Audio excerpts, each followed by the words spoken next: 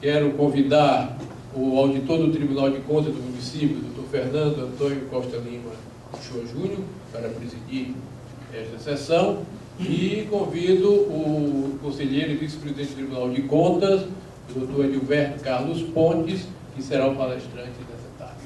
Dr. Fernando.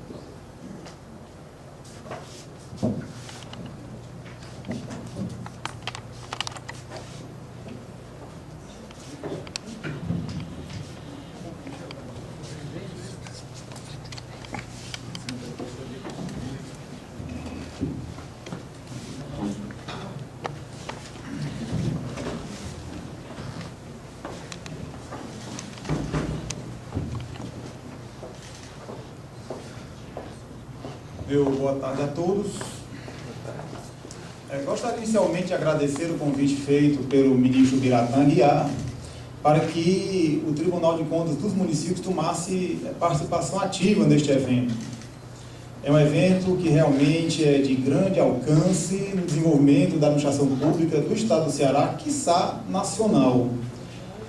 O nosso amigo, o doutor Edilberto, vai proferir uma palestra agora intitulada O Controle Externo da Administração Pública Brasileira. Fazendo uma introdução do Dr. Edilberto, Dr. Edilberto Carlos Pontes Lima, atualmente conselheiro do Tribunal de Contas do Estado do Ceará e seu vice-presidente. Gostaria de pontuar que ele ascendeu ao cargo mediante concurso público. Como eu, auditor substituto de conselheiro, ocupou a vaga constitucional destinada aos auditores daquela corte. Dr. Edilberto Carlos Pontes Lima é cearense, embora tenha passado muito tempo em Brasília, graduado em Economia pela Universidade Federal do Ceará e em Direito pela Universidade de Fortaleza. É mestre em Economia pela Universidade Federal do Ceará, é doutor em Economia pela Universidade de Brasília e especialista em Políticas Públicas pela conceituada Universidade Norte-Americana George Washington University. E possui livros e artigos publicados, entre eles o Processo Orçamentário Federal Brasileiro, de 2006, Regras Fiscais, Teoria e Evidência, de 2005, e Globalização, Tributação e Federalismo, de 2007. Dr. Edilberto vai nos agraciar agora com a sua inteligência e a sua vivência nesse ramo do controle externo, que é um ramo espinhoso, até para os que dele labutam, né? Então, Dr. Edilberto, lhe passo a palavra. Obrigado. Dr. Fernando Uchoa, muito grata satisfação estar aqui. Agradecer o convite do ministro Biratã, do Dr. Sabino Henrique, ainda mais agradável ainda por um grande amigo, um dos maiores, uma das pessoas que mais conhece controle externo, que conhece direito público aqui no estado do Ceará, também no Brasil, o Dr. Fernando Uchoa. Então, eu começo com essas reflexões de alguns pensadores americanos e ingleses sobre a necessidade do controle.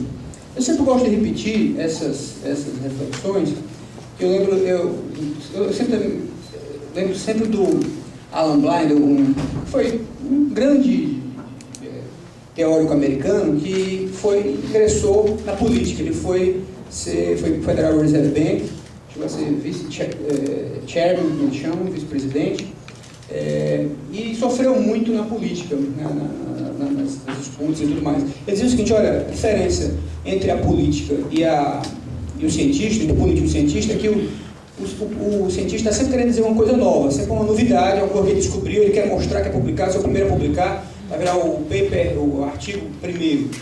E o político não, ele está sempre repetindo a mesma coisa, que ele quer convencer as pessoas. Então, precisa repetir para as pessoas se convencerem. Então, estou sempre repetindo essas reflexões aqui, precisamente atuando do ponto de vista político, no político de convencer, não político partidário, obviamente, mas político de convencer as pessoas da importância do controle, que nem todo mundo, muita gente ainda desconhece o controle e desconhece a sua importância. Então, essas reflexões ainda do século XVIII sobre a importância do controle, exatamente porque sem controle tudo degenera. As pessoas querem mais e mais poder, mais e mais dinheiro, atropelam os adversários. Então o controle é fundamental para isso, para frear os excessos. controle externo, que é exatamente esse o tema que foi posto, da administração pública, ele é exercido de várias formas. Tem um controle externo que é exercido pelo Poder Legislativo, ou pelo Parlamento diretamente, controle externo exercido pelos tribunais de contas, que é o que nós vamos enfatizar aqui, o próprio controle social, controle das eleições, por exemplo, não só eleições, mas todas as formas de controle social que existem, das associações, da sociedade organizada, pressionando, por meio do passeatas, por exemplo, isso é uma forma de controle externo, controle social. E o controle pelo Poder Judiciário, também uma forma, talvez a forma mais dura que tem, que é o controle pelo Poder Judiciário, muitas vezes mediante a participação do Ministério Público, que controla também a administração pública. Mas falando especificamente sobre o Poder Legislativo, que as duas formas que vamos nos concentrar aqui, o controle pelo Poder Legislativo, pelo Parlamento, e o controle pelo Poder, pelos Tribunais de Contas, eu queria enfatizar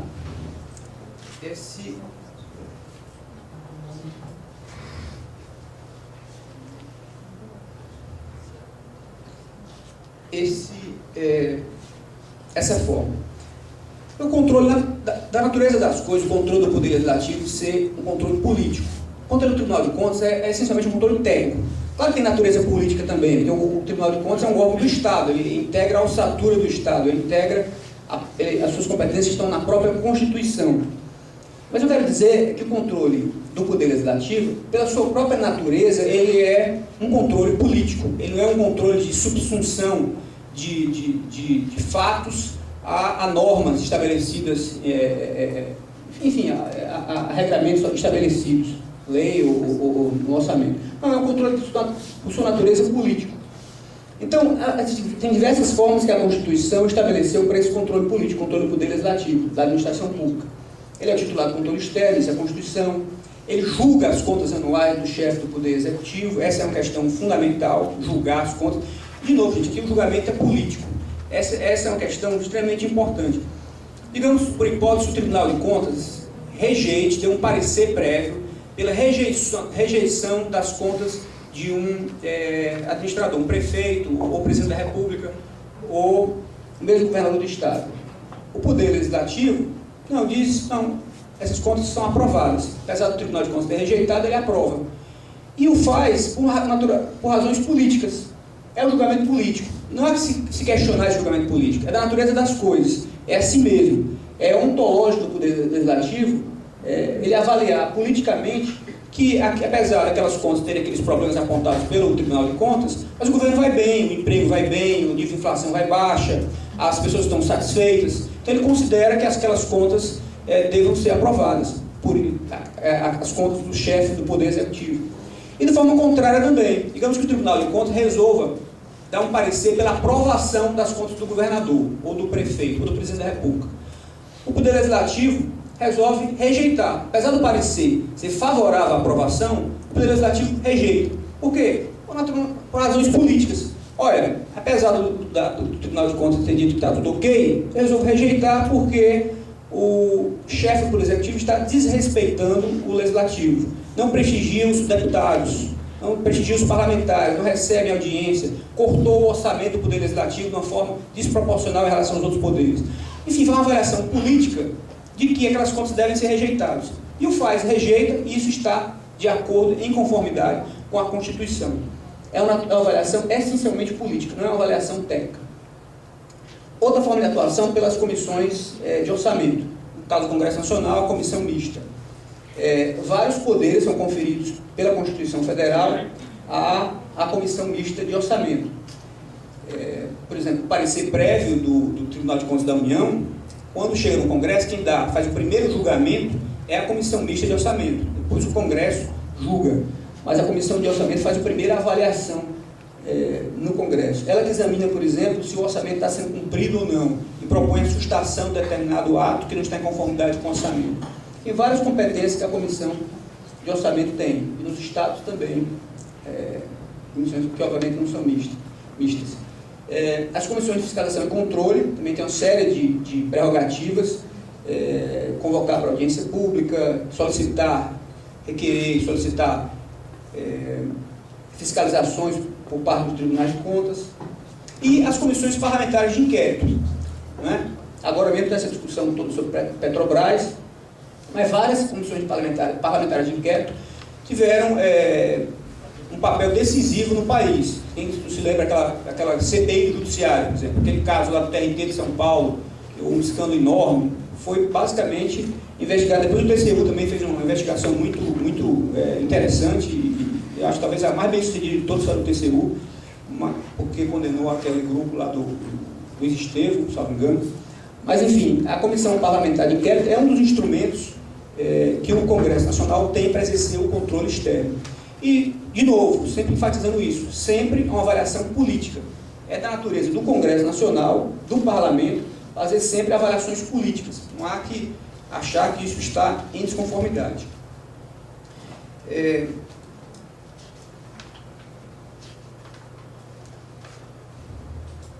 Falar um pouco sobre... Então, aqui, depois desses slides, ministro, se alguém tiver interesse, ficam à disposição. Não vou entrar em detalhes em todos os slides, já andei falando um pouco sobre a competência de cada um deles.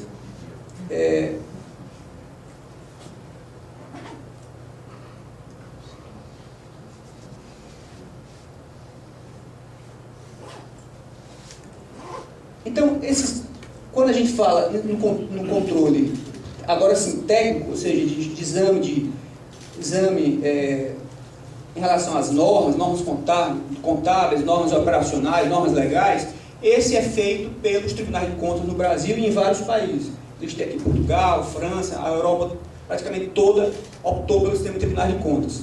Em outros países, se optou pelo sistema de auditoria ou controladoria geral. Estados Unidos, Reino Unido e vários países anglo-saxônicos optaram pelo sistema de auditoria ou controladoria geral. No Brasil mesmo houve um debate nos anos 90, se falou muito em extinguir os tribunais de contas e passar para esse modelo de auditoria geral, controladoria geral. Quem fez isso na América Latina foi a Argentina. Havia um tribunal de contas lá, que foi extinto e foi criado um sistema de controladoria. No Brasil esse debate teve muita força nos anos 90 e depois os tribunais de contas se fortaleceram, principalmente o Tribunal de Contas da União, liderando esse movimento. E hoje não se fala mais nisso, pelo contrário. Acho que os tribunais de contas estão num momento de muito prestígio, isso alcançado com muito trabalho, com muita... enfim, várias atividades que deram resultados substanciais. Mas o sistema de auditoria geral, ele tem um caráter opinativo, como eu disse ali, apontei ali, consultivo. Eles não são órgãos que impõem débitos, né? Eles são órgãos mais de auditoria, fazem auditoria e sugerem ao Poder Legislativo, titulado Controle Externo, que tomem as medidas cabíveis. Mas ele mesmo não tem poder de impor sanções. Ele apenas indica ao Poder Legislativo, às comissões de fiscalização do Parlamento, para que tome as medidas cabíveis. Em geral, tem um controlador geral, né? A regra é um controlador geral, por exemplo, nos Estados Unidos, o General Account Office, ele tem mandato de 16 anos, mandato longo, mas não é um órgão colegiado com os tribunais de contas, é um órgão com apenas uma pessoa como grande responsável, como a CGU, né? Que tem um ministro apenas, que ele é o grande responsável, não é um órgão colegiado. Já o sistema de tribunais de contas, é o que nós conhecemos no Brasil e na Europa, como falei há pouco, suas decisões têm força coercitiva, né? Aplicam sanções, julgam contas, são bem mais poderosos do que as controladorias. Mas em compensação, a decisão é colegiada, não é apenas um que toma a decisão, e são obrigados, e já há várias decisões do Supremo Tribunal Federal, aqui no Brasil, por exemplo, a assegurar ampla defesa, contraditório, seguir todos os procedimentos próprios até do Poder Judiciário. Em alguns países, os tribunais de contas pertencem ao Poder Judiciário. Portugal, por exemplo, pertence ao Poder Judiciário, é um órgão do Poder Judiciário.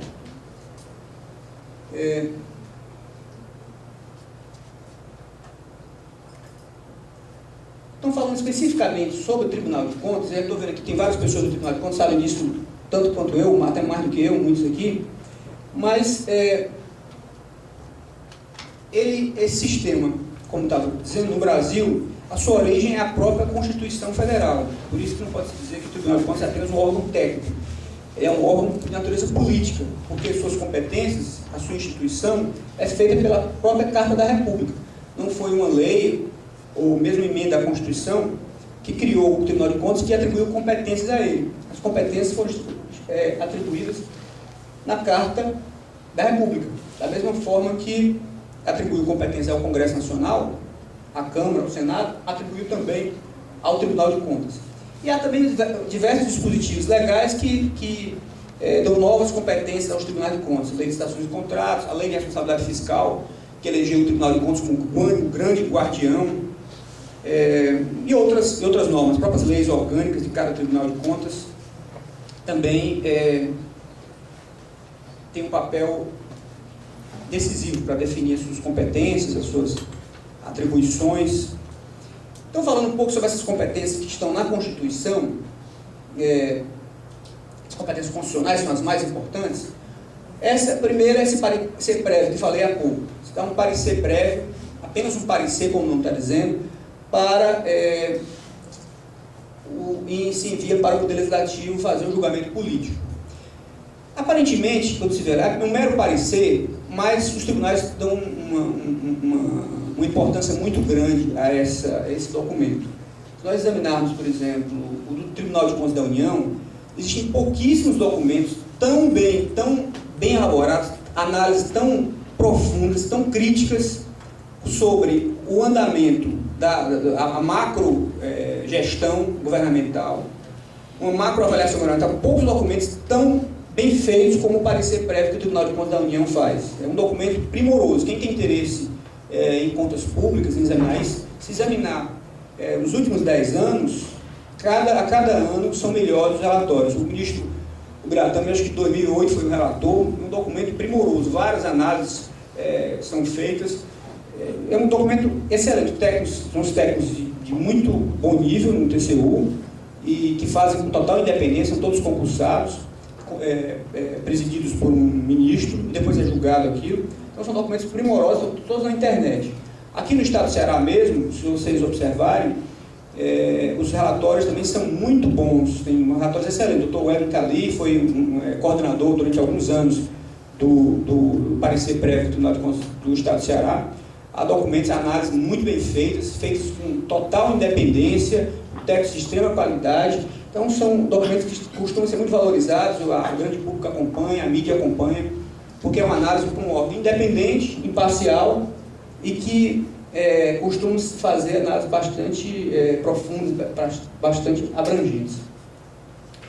Outra competência, essa sim que os tribunais de contas são muito ciosos dela, e ela foi densificada, foi recuperada com muita força pela lei da ficha limpa, e todos os anos a mídia, os grandes jornais, a sociedade de uma forma geral acompanha com muito interesse a relação das contas irregulares dos tribunais de contas. Todo ano o Tribunal de Contas da União tem relação com mais de 6 mil nomes.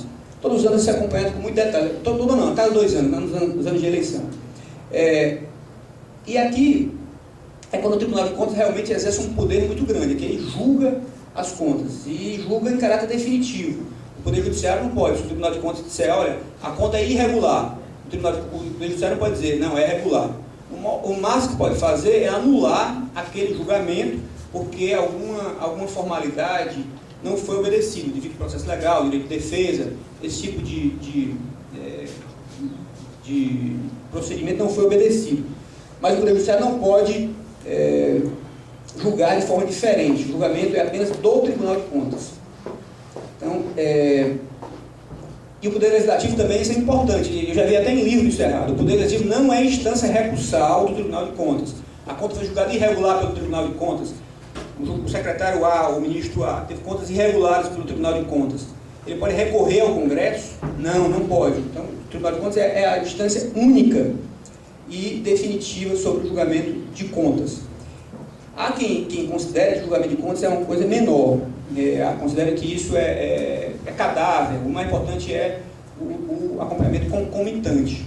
Eu até concordo que o acompanhamento concomitante, quando está acontecendo, é fundamental. Esse é chave. Mas o julgamento de contas também é muito importante. E foi valorizado, densificado pela lei de ficha limpa, né? que observa isso com muita força, essa relação do Tribunal de Contas. E, além de tudo, tem uma coisa que se fala muito em teoria dos jogos, chamada indução retroativa, que eu acho muito interessante esse conceito. Diz basicamente o seguinte: ele é gestor atual.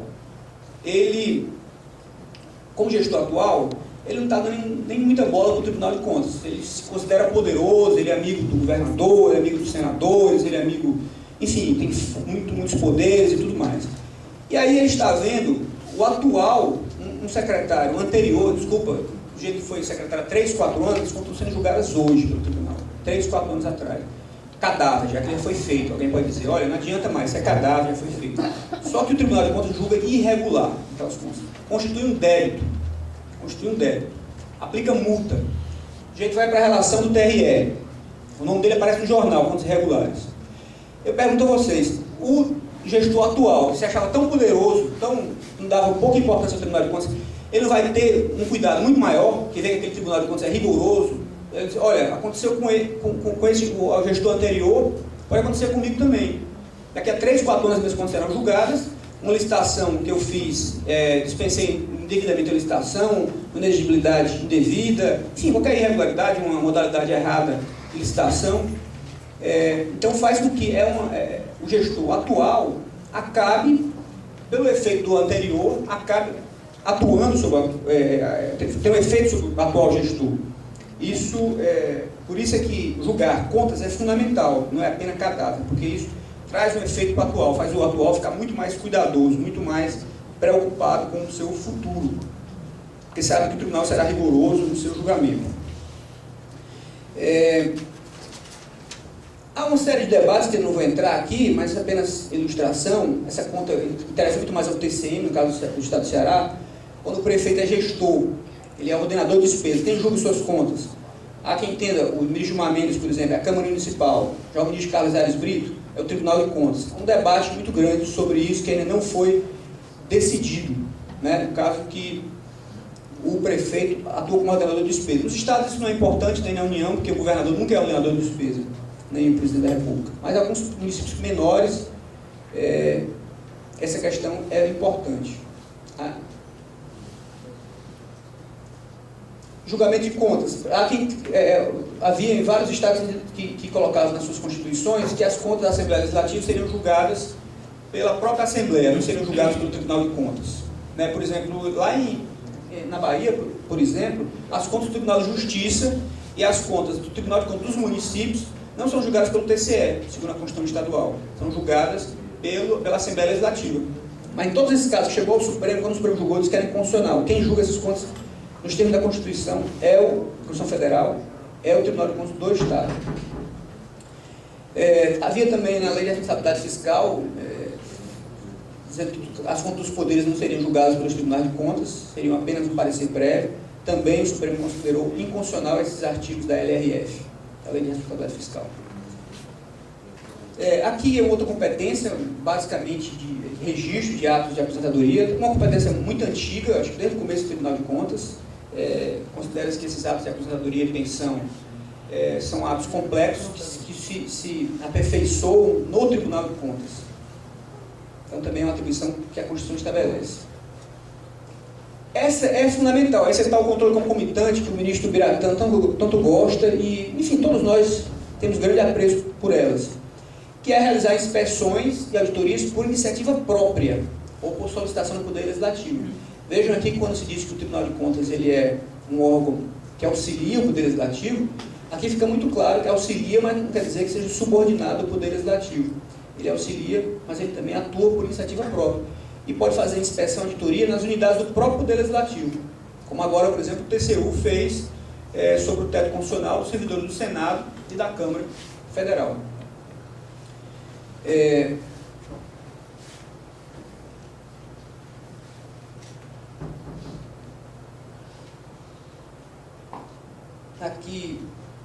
Aqui também aqui um ponto que é muito claro, como o tribunal também, esse caráter de auxiliar, aqui ele é muito claro, o tribunal auxiliando o Poder Legislativo. O Poder Legislativo, quando ele solicita informação, ao Tribunal de Contas, solicitam uma auditoria, solicitam uma fiscalização, o Tribunal de Contas deve atender, tem a obrigação de atender. Aqui sim, o Tribunal de Contas atua claramente como uma instituição que auxilia, para auxiliar o poder legislativo. Mas ressalto que o Constituinte teve essa preocupação, não é um deputado individual, um deputado da oposição sozinho, não, ele tem que convencer os pares dele, tem que ser uma comissão, pelo menos uma comissão, para solicitar essas auditorias, essas informações do Tribunal de Contas. E aqui, o que o Tribunal de Contas, as competências que ele tem de aplicar sanções, né, multas e imputar débitos, exatamente porque não adianta ele ter todas essas competências se ele não tiver os instrumentos, os meios para exercitar suas competências. E aqui é quando a Constituição fala desses instrumentos. E assinar prazo, que também é muito importante, o Tribunal de Contas constata uma irregularidade, uma ilegalidade na execução da despesa, a administração pública está se comportando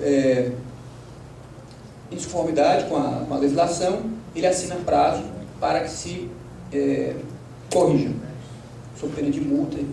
É que um debate muito interessante que está na ordem do dia é sobre contratos. A Constituição fala que quando for contrato, a sustentação é o Poder Legislativo que o faz diretamente.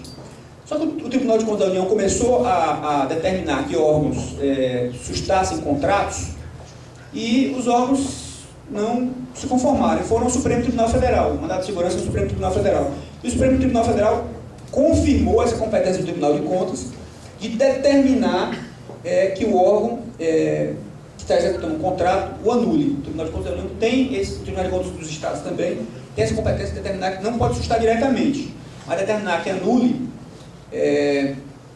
essa competência existe, principalmente se o vício for decorrente da licitação. A licitação viciada gerou um contrato.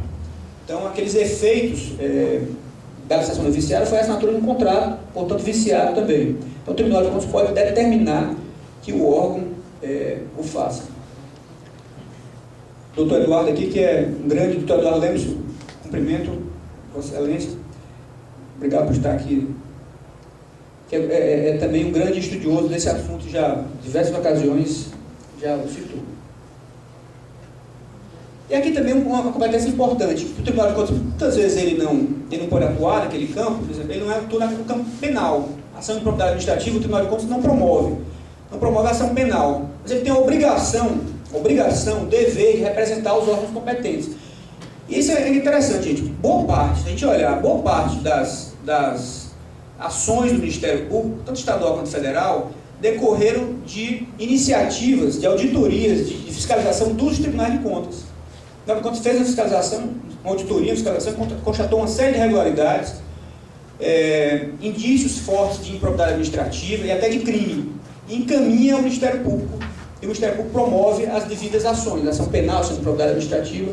Muitas vezes nem dá os créditos devidos ao Tribunal de Contas, um trabalho que nem aparece tanto, parece só como trabalho do Ministério Público. Mas boa parte dos casos, isso é geral, ministro, já conversando com vários conselheiros do Brasil afora, até se queixam disso. Puxa, eles não podiam dar os créditos. Foi trabalho do Tribunal de Contas, essa ação do Ministério Público. Mas, enfim, é a nossa obrigação, toda vez que encontrarmos um indício de crime, indício de improbidade, nas nossas auditorias, nas nossas fiscalizações, encaminharmos aos órgãos competentes. E aí, gente, eu listei essas competências e procurei aqui ilustrar com alguns exemplos práticos da atuação do Tribunal de Contas. Existem milhares de casos, apenas aqui para ilustrar, para que as pessoas que não são de Tribunal de Contas, algumas dessas iniciativas em que o Tribunal de Contas agiu, atuou bem, fez economizar recursos do erário, enfim, controlou de fato, efetivamente, a administração pública, como se espera. Então, comecei aqui com o nosso Tribunal de Contas, o Tribunal de Contas do Ceará, aqui prestigiando o doutor Aurício, uma ação que eles fizeram lá, ele e o doutor Raimi e outras pessoas lá da Inspetoria de TI, deram uma auditoria para coletar informações relevantes sobre governança TI na administração pública estadual. No processo, vários problemas foram encontrados. Notou-se que realmente era quase um caos, um verdadeiro caos, a governança de TI, tecnologia da informação, no estado do Ceará. E o Tribunal de Contas determinou que uma série de providências, que os órgãos adotassem uma série de providências houve uma resolução nesse sentido, e o Tribunal de Contas passou a monitorar essas determinações que fez. E o resultado disso é que houve um avanço significativo, uma melhora substancial da administração pública do Estado do Ceará nesse campo de governança de TI, graças a esse trabalho muito bem conduzido pela Inspetoria de Tecnologia da Informação lá do Tribunal de Contas do Estado do Ceará. Esse é um exemplo. Outro exemplo, auditoria para aperfeiçoamento dos procedimentos atinentes à compensação previdenciária. Porque o servidor público que vem, por exemplo, da União, ou vem do município, ou, enfim, ele contribuiu para o INSS e passou a ser servidor público estadual, aqui tem que ter uma compensação. Isso não era feito, né? O Estado do Ceará perdia muitos recursos, milhões de reais, todos os anos, por conta dessa ausência de compensação, a compensação feita de forma insuficiente. Depois dessa auditoria, dessas determinações do Tribunal de Contas, houve um incremento significativo. Aqui só os valores para vocês notarem. Em 2011, por exemplo, saltou para 27 milhões. Em 2008, que no começo da auditoria, era apenas 7 milhões. Basicamente pela ação dessa auditoria do Tribunal de Contas. E várias outras que podia citar, mas desse acompanhamento sistemático, aquela fiscalização lá no cheiro da Constituição, concomitante, todos esses grandes obras do Estado do Ceará são acompanhadas pelo Tribunal de Contas. Relatórios divulgados periodicamente, todos na internet, desde o Castelão, a grande reforma do Castelão, depois da atuação do Tribunal de Contas, várias recomendações, determinações, calcula-se que houve uma economia, o Estado pagou a menor em relação ao que estava antes, de mais de 90 milhões de reais. A atualização ficou mais barata. Tanto é, por conta da ação do Tribunal de Contas do Estado do Ceará, no Castelão. No caso do Aquário também, o Tribunal tem feito uma série de recomendações, determinações. Agora mesmo, por cautelar, suspendeu uma termoelétrica que estava sendo construída, porque uma série de requisitos não estavam sendo cumpridos, até que o Estado passe a cumprir, principalmente do ponto de vista ambiental. Centro de eventos também, uma série de recomendações, determinações. Hospitais regionais, quando aquele hospital lá de Sobral caiu lá no Marquise, o Tribunal de Contas foi lá, uma equipe foi lá, constatou alguns problemas, foi multado o secretário da época de saúde, foi apontado um débito de mais de 2 milhões de reais, porque determinado equipamento era para ter sido colocado, foi colocado outro, material mais barato, o tribunal apurou o débito, determinou que se pagasse, corrigisse, foi feito. A ponte estaiada também, também o tribunal recentemente deu um cautelar com uma série de requisitos que não estavam sendo cumpridos. Enfim, o tribunal tem atuado de forma concomitante, fiscalização concomitante, exatamente para interferir na administração pública para preservar o erário. E estou dando alguns exemplos aqui, vários poderes, e tem várias ações, várias iniciativas que o tribunal fez, enquanto fez no Poder Judiciário, no Poder Legislativo, em vários campos. Eu poderia citar dezenas aqui. O TCU, também estou citando apenas alguns, são milhares de decisões do TCU. Essa no ProUni e no FIES, esse acórdão 816 de 2009. A implantação do módulo de supervisão de bolsistas, inclusão que não possuem um critério para participar do programa. O TCU, ele fez um cruzamento de dados, ele pegou várias bases de dados. Veja a importância de tecnologia da informação. O TCE está investindo muito nisso agora. Isso é fundamental, cruzar a base de dados, né, para encontrar, encontrar uma série de irregularidades. Nesse cruzamento de base de dados, diversas bases de dados, eles encontraram muita gente que estava recebendo bolsa, FIES, estava recebendo o ProUni e não tinha direito, não atendia requisitos. O sujeito estava lá recebendo o ProUni, por exemplo, e tinha carro zero. Como é que eles descobriram isso? Foram lá no Renavan e descobriram que ele era proprietário de carro zero, carro de luxo, e estava recebendo o benefício que é para a gente, estudante carente. O TCU glosou várias dessas bolsas irregulares. E também sugeriu alterações, fez recomendações para alterações na legislação. Recentemente fez um estudo para a concessão de aeroportos de Guarulhos, Brasília e Viracopos. Foi identificado várias superestimativas de investimentos previstos. Na ordem de bilhões naquele caso ali. Viracopos, mais de 2 bilhões. Guarulhos, 1,6 bilhão. Encontrou uma série de problemas e determinou que fossem corrigidos os editais. E o foram. Poderia citar dezenas aqui, apenas para ilustrar. Tribunal de Contas do DF. Aqui também estou citando alguns casos aqui de economia, da ação do TCDF. Recentemente, agora, no caso de São Paulo, por exemplo, que chamou muita atenção, a maior universidade do país, a USP, teve as contas rejeitadas pelo TCE de São Paulo. Rejeitadas. Por quê? Porque descobriu que estava pagando a muitos altos dirigentes da USP remunerações muito acima do teto. O teto constitucional estabelecido de remuneração. Então, o Tribunal de Contas havia já em anos anteriores recomendado. Olha, corrijam. 2007 havia recomendado, 2006 também, 2005 também. Não fizeram. Em 2008, o Tribunal de Contas rejeitou as contas da Universidade de São Paulo, dos gestores da Universidade de São Paulo. E fez novos alertas que as multas poderiam ser muito maiores em caso de novo descumprimento. Apenas alguns exemplos, como eu disse para vocês, tem centenas ou milhares de casos de atuação dos tribunais de contas para o controle externo da administração pública. E aí eu comecei com a frase dos pensadores ingleses e americanos, concluo com a frase do Rui Barbosa, o pensamento do Rui Barbosa, que é o patrão dos tribunais de contas. Não basta julgar a administração, denunciar o excesso cometido, colher a exorbitância para prevaricação, para as punir. Circunstâncias limites, essa função tutelar do direito de dinheiro público será muitas vezes inútil, por omissa, tardia ou impotente. Convém levantar entre o poder que autoriza periodicamente a despesa e o poder que cotidianamente a executa, um mediador independente, auxiliar de um e de outro, que, comunicando com a legislatura, intervir na administração, seja não só o vigia, como a mão forte da primeira sobre a segunda, obstando a perpetração das infrações orçamentárias por um veto oportuno aos atos executivos, que direto ou indiretamente, próximo ou remotamente, discrepe da linha rigorosa das leis de finanças. E esse órgão é exatamente o Tribunal de Contas. É isso que eu queria dizer para vocês, gente. Obrigado, estou à disposição para alguma pergunta ou debate.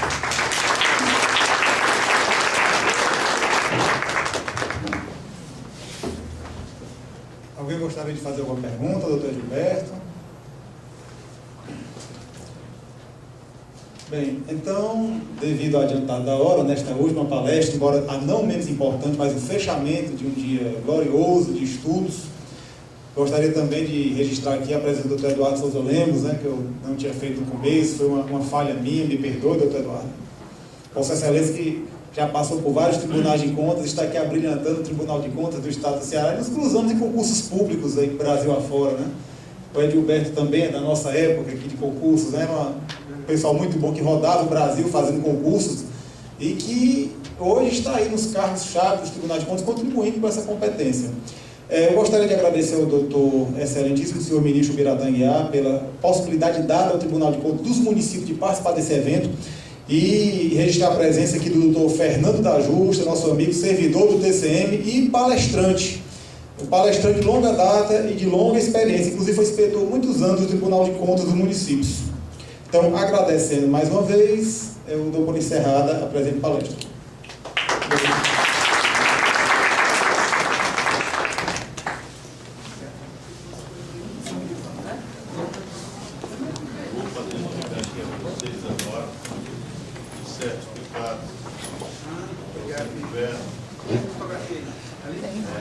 Aqui.